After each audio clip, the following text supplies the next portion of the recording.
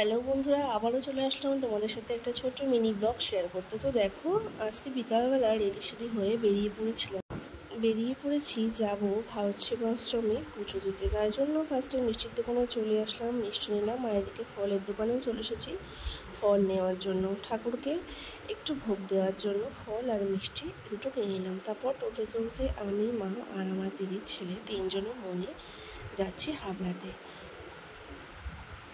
হাবড়াতে এসে সেখানে টোটোতে উঠে পড়েছিলাম, অটোতে উঠে পড়েছিলাম। আর দেখো, এই যে ঠাকুরের জন্য ফল আর মিষ্টি এগুলোই কেনা হয়েছে। তারপর অটোতে করে ওদের বাড়ির সামনে চলে গেলাম, সেখান থেকে নেমে ওদের হেঁটে হেঁটে ওদের বাড়িতেও চলে গেলাম।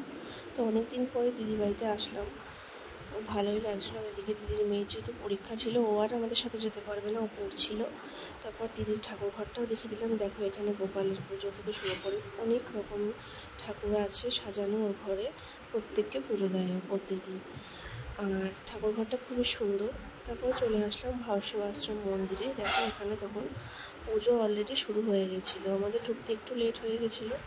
তো পুজো শুরু হয়ে গেছিলো।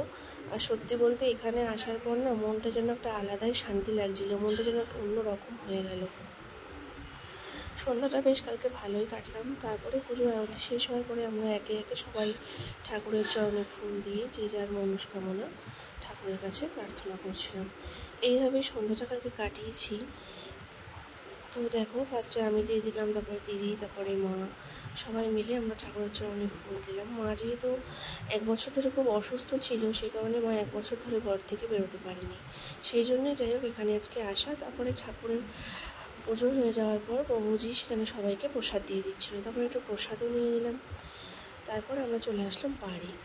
তো এইভাবেই কালকের দিনটা কাটলাম। আর দিদিবাড়িতে অনেকদিন পরে গেলে খাতির যত্ন হয় আর কি, এটাই হলো তার প্রমাণ। তো ভিডিওটা ভালো লাগলে অবশ্যই একটা লাইক, কমেন্ট, শেয়ার করে দিও। আর পাশে থেকো বন্ধুরা। টাটা, আবার আসবো নতুন একটা মিনি ব্লগ।